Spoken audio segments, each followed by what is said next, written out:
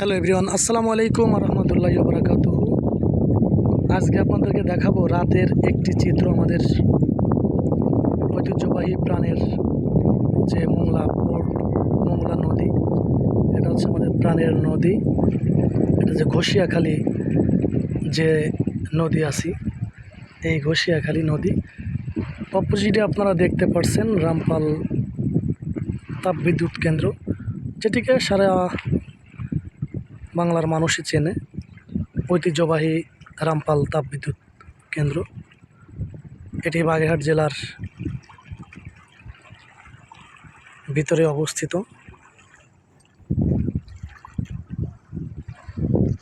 প্রকৃতির সাথে মিশে গেছে অনন্য এক পরিবেশ, গ্রাম বাংলার ঐতিহ্যবাহী গ্রামীণ পরিবেশ। পাশে দেখতে পাচ্ছেন কয়েকটি গ্যাস কোম্পানি, গ্যাসের প্রজেক্টও আছে। ঝিলমিল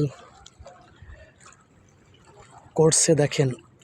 আর সবথেকে আকর্ষণীয় যে দৃশ্যটা, সেটা হচ্ছে দেখেন, এটা কিন্তু সুন্দরবন। এই সুন্দরবনের নদী, এই নদী দিয়ে কিন্তু সুন্দরবনের পথ চলা। এই নদীর পানির সাথে হাজারো প্রতিষ্ঠানের যে লাইটিং আছে, এই লাইটিংয়ের সাথে কিন্তু অপরূপময় একটি ভালোবাসা সৃষ্টি হয়ে গেছে। আপনারা দেখতে পাচ্ছেন রামপাল তাপবিদ্যুৎ কেন্দ্রের যে প্ল্যান্টটা আছে, প্ল্যান্ট থেকে কিন্তু হুড় করে কিন্তু ধোঁয়া বেরোচ্ছে। এই ধোঁয়াটা কিন্তু দেখেন কত দূর অবধি পর্যন্ত চলে যাচ্ছে। এই ধোঁয়াটা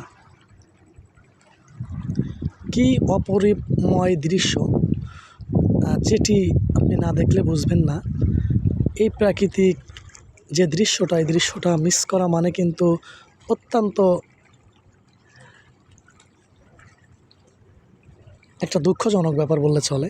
কারণ যখন আপনার মন খারাপ থাকবে বা মনের ভিতর কোনো প্রকারের ক্লান্তিহীনতায় ভুগবেন, তখন আপনি নদীর পাশে আসবেন এবং এই যে প্রাকৃতিক যে লাইট, বৈদ্যুতিক যে বাল্বগুলো আছে দেখেন, আসলে এক কথায় অপরূপ। আর সবথেকে আশ্চর্য হচ্ছে মানে পানির সাথে কিন্তু ভাসতেছে, মনে হচ্ছে পানির সাথে কিন্তু প্রত্যেকটা প্রতিষ্ঠান, কোম্পানি। এখানে মোংলা দ্বিতীয় সামুদ্রিক বন্দর যেটাকে বলে, এখানে মোংলা পোর্ট আছে, ইপিজেড আছে এবং বিভিন্ন প্রতিষ্ঠান আছে, যেমন সেনা সিমেন্ট, ফাইব্রিং সিমেন্ট, বসুন্ধরা সিমেন্ট।